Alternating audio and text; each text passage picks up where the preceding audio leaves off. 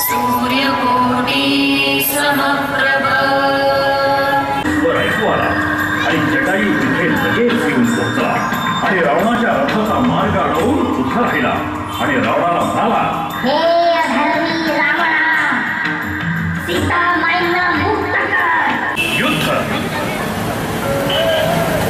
गोदावरी नदीच्या किनारी पंचवटी इथे लक्ष्मणानं एक सुंदर कुटी बांधली. या कुटीमध्ये राम, लक्ष्मण आणि सीतेचा वेळ मोठ्या आनंदात व्यतीत होत होता. पंचवटी निसर्ग सौंदर्याचं वरदान लाभलेलं ठिकाण.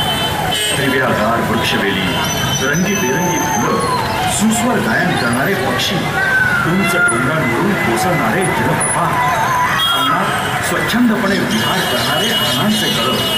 वनातील हे निसर्ग सौंदर्य पाहून राम, लक्ष्मण, सीता आनंदित होत बघता बघता वनवास जीवनाची 13 वर्षे आनंददायी वातावरणात पूर्ण झाली. आता केवळ एकच वर्ष व्यतीत करायचं होतं. रावणाची बहीण शूर्पणखेची रामाने नाक कान कापून इथेच फजिती केली होती. त्याचा सूड रावणानं घ्यायचा ठरवला आणि मारीच राक्षसाकरवी मायावी सुवर्णमृगाची योजना आखून सीतेचं रावणाने कपटानं अपहरण केलं आणि आकाशमार्गे आपल्या रथातून लंकेकडे निघाला. सीता जोर जोरानं राम, लक्ष्मणाचा धावा करू लागली.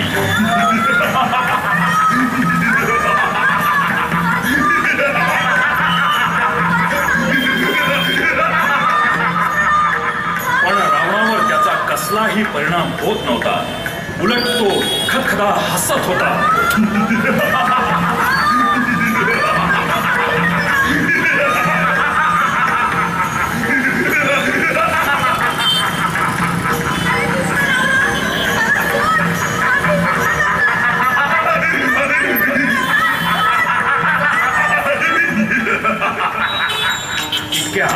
आकाश मार्गानं उठणाऱ्या जटायूला सीतेचा आर्त स्वर ऐकू आला आणि जटायू तिथे लगेच येऊन पोहोचला आणि रावणाच्या रथाचा मार्ग अडवून उभा राहिला आणि रावणाला म्हणाला, हे अधर्मी रावणा, सीता माईंना मुक्त कर.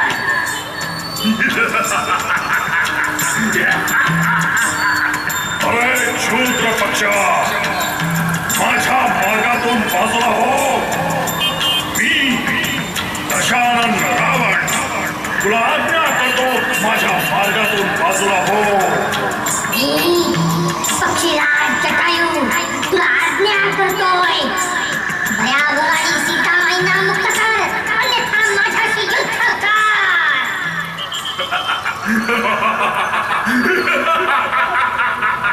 तुझ्याशी युद्ध?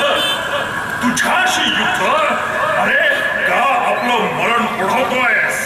माझ्या मार्गातून बोलानं बाजूला हो. विलंब करू नकोस. भयावराने सीता माईंना मुक्त कर. असं तू तसा ऐकणार नाहीस.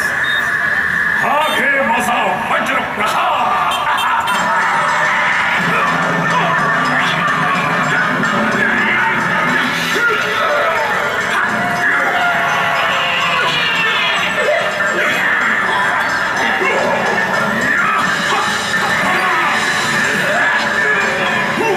अशा प्रकारे जटायू आणि रावण यांच्यात घनघोर युद्ध सुरू झालं.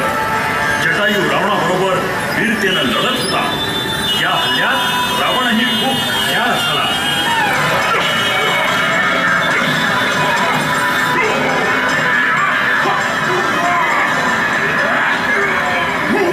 अखेरीस रावणानं आपल्या तलवारीनं जटायूचे पंख छाटून टाकले.